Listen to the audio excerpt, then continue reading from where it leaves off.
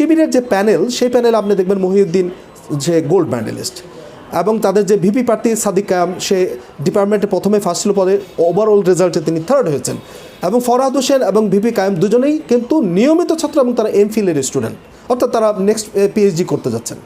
এবং ঢাকা বিশ্ববিদ্যালয়ের সেই পুরাতন থেকে, অর্থাৎ কয়েকটা জিনিস না বললে নয় যে একজন শিবিরের অ্যাক্টিভিস্টের মধ্যে কী থাকে, তার মধ্যে থাকে কোয়ালিটি, তার মধ্যে থাকে অনেস্টি, তার মধ্যে থাকে humanity, transparency, ethics and accountability.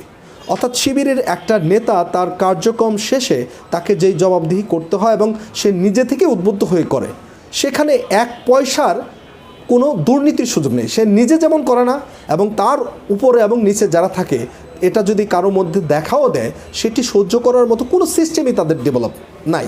অর্থাৎ এটি কোনোভাবেই গ্রহণযোগ্য নয়। এই যে তাদের অনেস্টি, ইন্টিগ্রিটি এবং তাদের যে অ্যাকাউন্টেবিলিটি এবং তাদের ইথিক্স, মোরালিটি, অনেস্টি, এটি অন্যান্য ছাত্রদের সাথে যখন জেনেছে যে এই হচ্ছে আমার সবচেয়ে ভালো বন্ধু, যার মধ্যে এই গুণগুলো রয়েছে, আমি পরবর্তীতে জানতে পেরেছে এই হচ্ছে শিবির, তাহলে মানুষের এবং অন্যান্য সাধারণ ছাত্রছাত্রীদের আস্থা কিন্তু এই শিবিরের প্রতি এসেছে।